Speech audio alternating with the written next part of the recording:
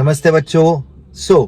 नई स्टोरी के साथ धीरज की वाणी आपके सामने पेश है और ये स्टोरी, ये मोटिवेशन हमें बहुत आवश्यक है।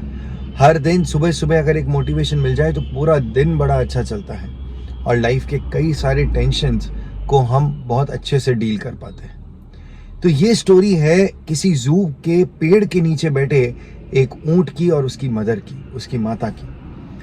दोनों बैठे थे, गर्मी का दिन था और बैठे बैठे ऊंट को कुछ समझ में नहीं आ रहा था कि उसकी बॉडी इस तरह की क्यों है। तो वो अपनी मम्मी से क्वेश्चन करने लगता है। तो वो ऊंट अपनी माता से पूछता है कि माँ, मैं अपने ये जो हम्प है, जो ये ऊपर इतना गोल गोल हम्प है, ये क्यों है? तो उसकी माँ बोलती है, बेटा हमारा शरीर डेजर्ट्स के लिए बना है, रेगिस्तानों के लिए बना है। पानी की कमी होती है तो हम इसमें पानी स्टोर कर सकते हैं ताकि जब भी हमें प्यास लगे और कई दिनों तक हम बिना पानी के रह सकते हैं। उसको समझ में आ गई वो बात।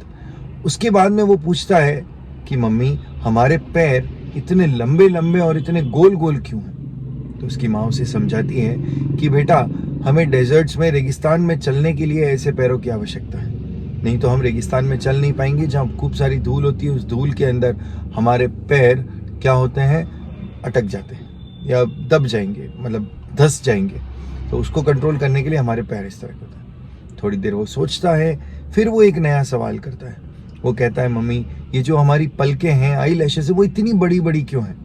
क्योंकि इतनी बड़ी बड़ी आई लैशेस कई बार मेरे सामने आ जाती हैं और क्या करना चाहिए? तो उसकी मम्मी ने बोला कि बेटा, हम जब रेगिस्तान में घूमते हैं तो वहाँ पर खूब आंधी और तूफान चलते हैं, और जब रेतीली आंधियाँ आती है तो वो हमारे आंखों में रेत ना घुसे, इसलिए ये पलकें हमारी आंखों की रक्षा करती है।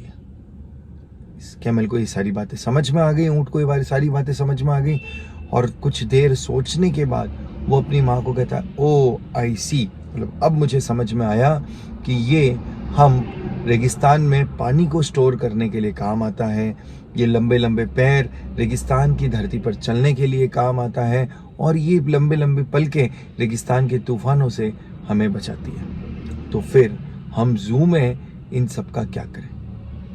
जू में ये सब चीज़ें किस काम की? और ये क्वेश्चन सुनकर कैमल की जो मदर थी वो भी स्टंट हो गई, मतलब अचंभित हो गई। और यहाँ हमें भी एक चीज़ समझ में आती है कि जो भी आपके साथ आपकी जो अच्छी अच्छी क्वालिटीज़ है वो तभी काम आती है जब वो सही जगह पर हो। अगर आपको आपके काम की और आपकी क्वालिटीज़ की वैल्यू नहीं मिल रही है, आपको लगता है कि आप लेस वैल्यूड हो वहाँ पर, तो ये समझ लीजिए कि वहाँ पर आपकी क्वालिटीज़ यूज़ नहीं आ रही है या आप सही जगह पर नहीं हो। तो अपनी सही वैल्यू प्राप्त करने के लिए आपको सही जगह पर होना भी ज़रूरी है। जब तक आप सही जगह पर नहीं पहुँचोगे तब तक आपको सही वैल्यू नहीं मिलेगी। और कभी भी अपनी किसी भी क्वालिटी को लेस वैल्यूड मत कीजिए। अपने आप पर विश्वास रखिए और आप अपनी वैल्यू को और बढ़ाइए और सही जगह पर उसकी सही वर्थ जानिए। तो ये थी आज की धीरज की वाणी। Thank you students, bye bye, take care.